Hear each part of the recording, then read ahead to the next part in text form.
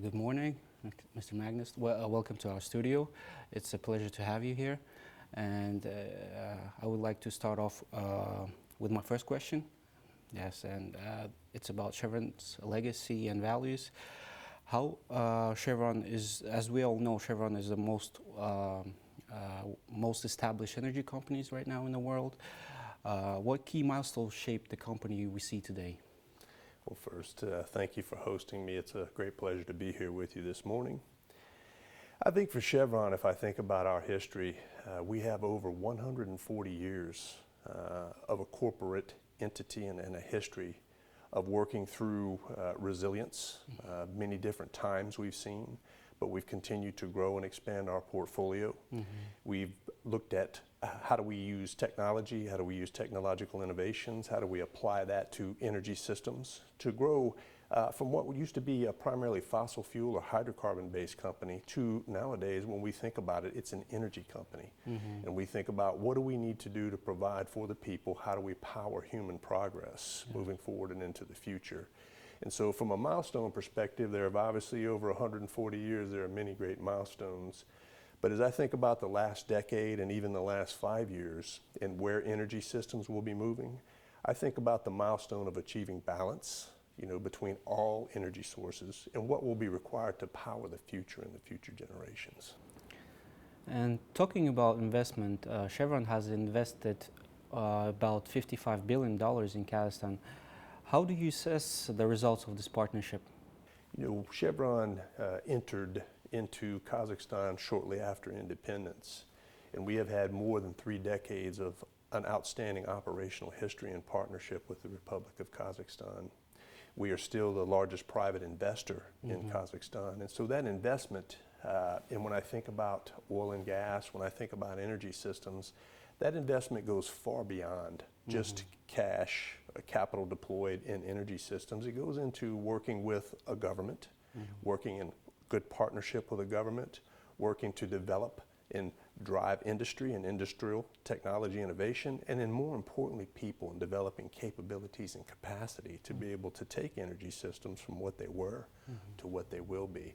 So that investment to us represents a lot more than just a capital infusion and a return on capital employed. It represents a partnership, a significant partnership between Chevron and the people of the Republic of Kazakhstan.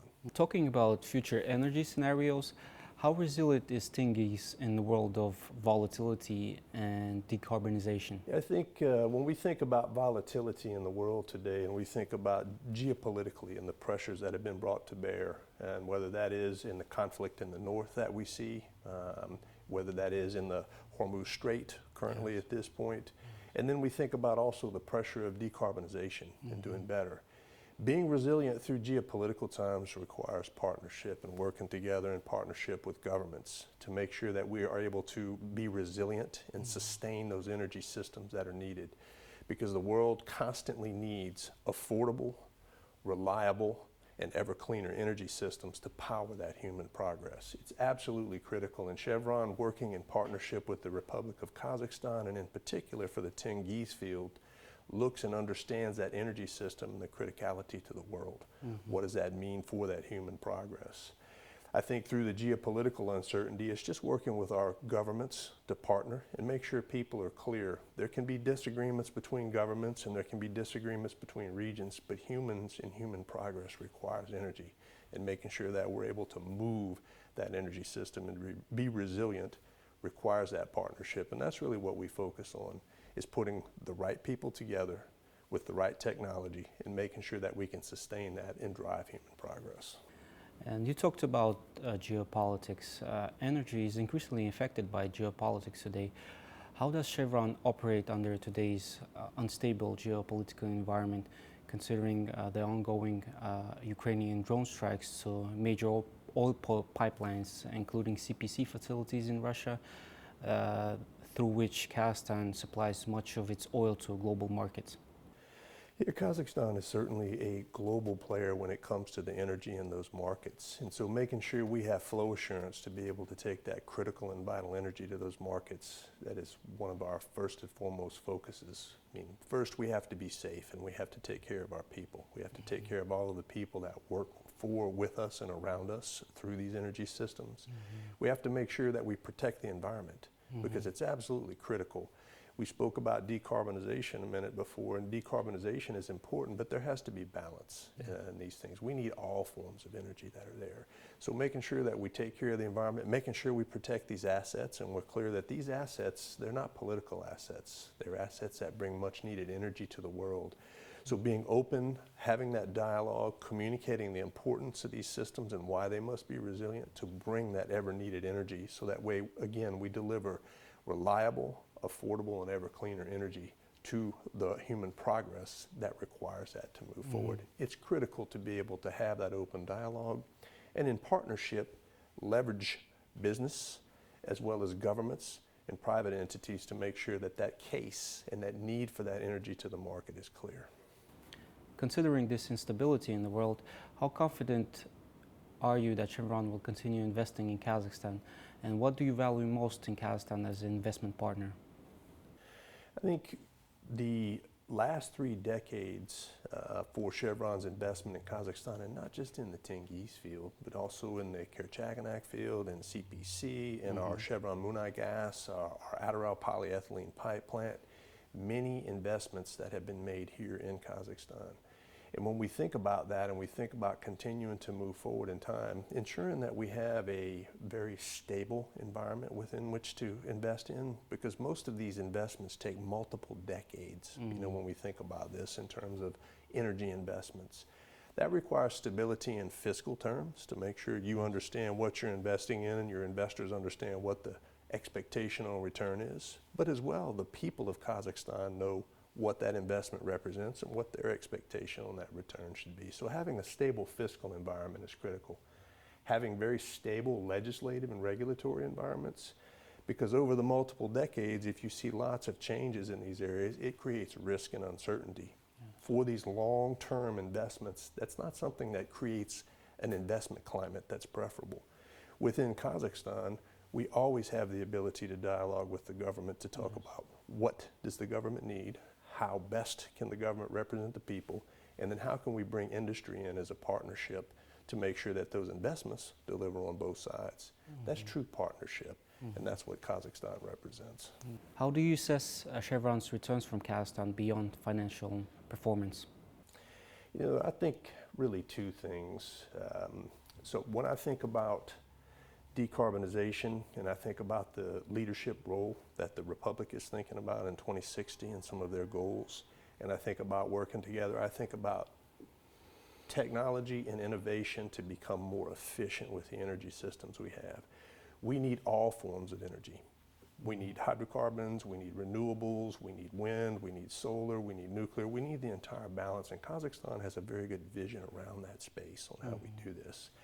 And I think energy systems are not about taking one away and then necessarily growing the other, but growing all forms, but being as efficient and reliable as you can with those forms so you can drive more clean versions of that. So if you have a barrel of oil or a million scuffs of gas, you should not waste that, and you should be as efficient as you can be with that so you get the most out of each one of those units.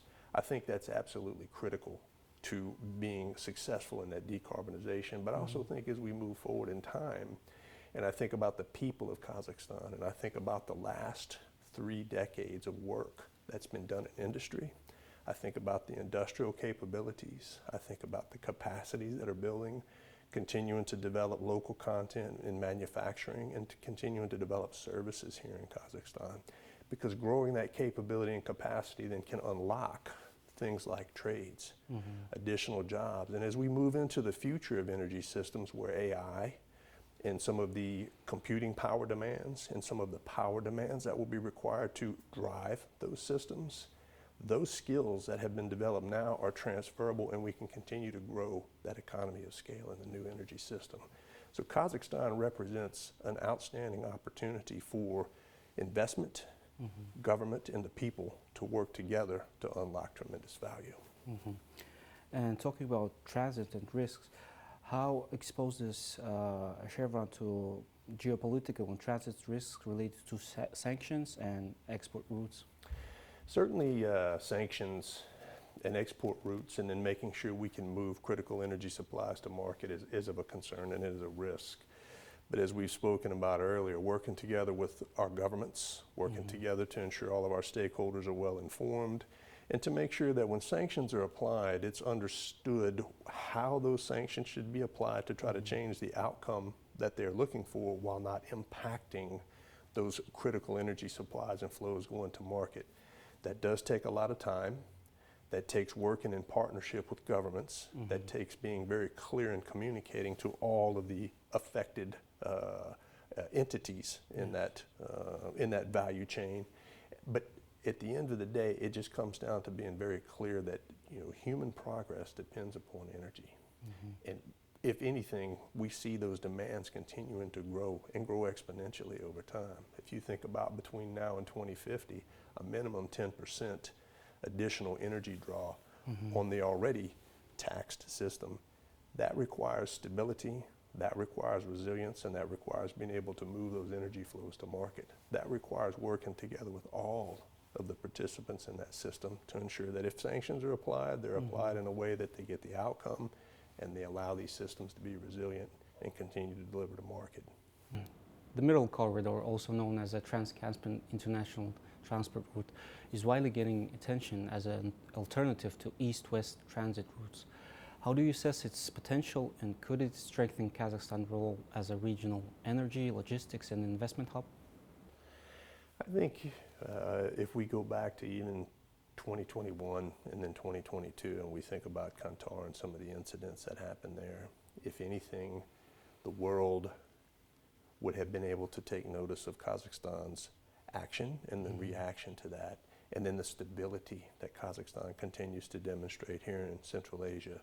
And as that stability is here and as that continues to grow as a result of the leadership here in Kazakhstan and the outreach to the global community, that allows for trade flows to think about moving into Kazakhstan and to become more of a clearinghouse for all of Central Asia and then further on into Asia, and then reverse those flows and trade flows coming back. The growth of that economy requires energy. If you think about transits and transport systems, and whether it's airlines, whether it's ships, whether it's rail, whether it's long-haul transport, all of these things require energy. Kazakhstan has a very large and is blessed with a natural energy resource base that can be then turned into an engine for economic growth as that central corridor and the need to move goods and services from consumers to demand and from manufacturing into consumers and demand. Fantastic opportunity for Kazakhstan to leverage its people, capacity and capabilities, and that natural energy resource. And talking about climate agenda, how do you justify major oil investments under net zero and climate pressure? I think as we've moved forward in time, everyone recognizes the need for a balanced conversation in this space. And I think several years back, there were thoughts that we could transition a lot quicker to more just fully renewable energy. But if you think about the energy demand that continues to grow, and in particular over the next years with AI and the requirement of the computing power, that power requirement will pull demands from current energy systems well beyond their capacity. So there's going to need to be additional sources of energy developed, created, and brought to that market. There has to be a balance in these things. And again, I go back to thinking about the current energy systems and being very efficient with those. So anything we produce in that system needs to be produced, and it needs to be leveraged to its maximum extent. So we're as efficient as we can be. We don't waste any of that. But we also need to continue thinking about new systems. Hydrogen is one. We think about renewable fuels. We think about geothermal. We think about all of the other alternative energies. We think about nuclear. We think about making sure we can safely bring all of these things to bear to feed those energy systems as we move forward, so we can be ever conscious of the environment to make sure that we're protecting that for the future generations, while we're able to ensure that we move and human progress moves with the ability of the technology as it evolves, But the underlying issue here is energy and just making sure that we have energy for those systems and we're able to provide that. But we do so in a reliable, affordable, and ever cleaner manner. And talking about leadership, what is the role of Kazakhstan as a regional energy leader? I think, again, from a stability perspective, as we've talked about with respect to Kazakhstan and the role Kazakhstan has played as a stabilizing regional influence, a global influence, the energy supplies that Kazakhstan brings to the world. If you think about the CPC and the pipeline, and you think about the fields and the energy source here, not just in oil, but also in gas. Kazakhstan is rich in those resources. That will be one of the things that we'll be thinking about in the energy blend, because gas certainly represents a much lower emission carbon footprint, which will allow us to move forward. So Kazakhstan and its role in the future in the energy system, both regionally and globally, has a big impact. And those barrels that we move through CPC, that gas that we can eventually move, and whether it's to China, whether it's in working in partnership with some of our other neighbors, absolutely critical. Kazakhstan plays a regional as well as a global role in those energy systems. And would you like to add something maybe we haven't covered? I'm blessed to have had the opportunities to live and work in Kazakhstan twice now through the course of my career. Almost 30% of my career has been spent here. And when I think about what I have seen over the last 20 years, the 2 decades in Kazakhstan, and the development that's taken place in terms of industrial, in terms of infrastructure, in terms of technology, in terms of technical capability and capacity, it is a fantastic growth story. It represents an outstanding opportunity for investment. But key to that is ensuring that we have stability in those fiscal systems, that we have stability in regulatory regimes, and that's what creates the investment climate and the partnership opportunities between a nation such as Kazakhstan and external. Anymore in today's day and age, with what it takes to create these energy systems, produce these energy systems, further develop these energy systems, no one entity can do it alone. It takes that partnership. What Kazakhstan presents is a government that is receptive to this. We have an outstanding set of people and a workforce that are technically and capably ready to move. And with private industry coming in, you can pull these together and it forms a very strong partnership within which to build that investment foundation and continue to grow a portfolio. So I'm very blessed to have had this opportunity, and it always warms my heart to think about Kazakhstan as my home. But thank you for that. Thank you for your time, and we wish you the best of luck in your future work. Thank you.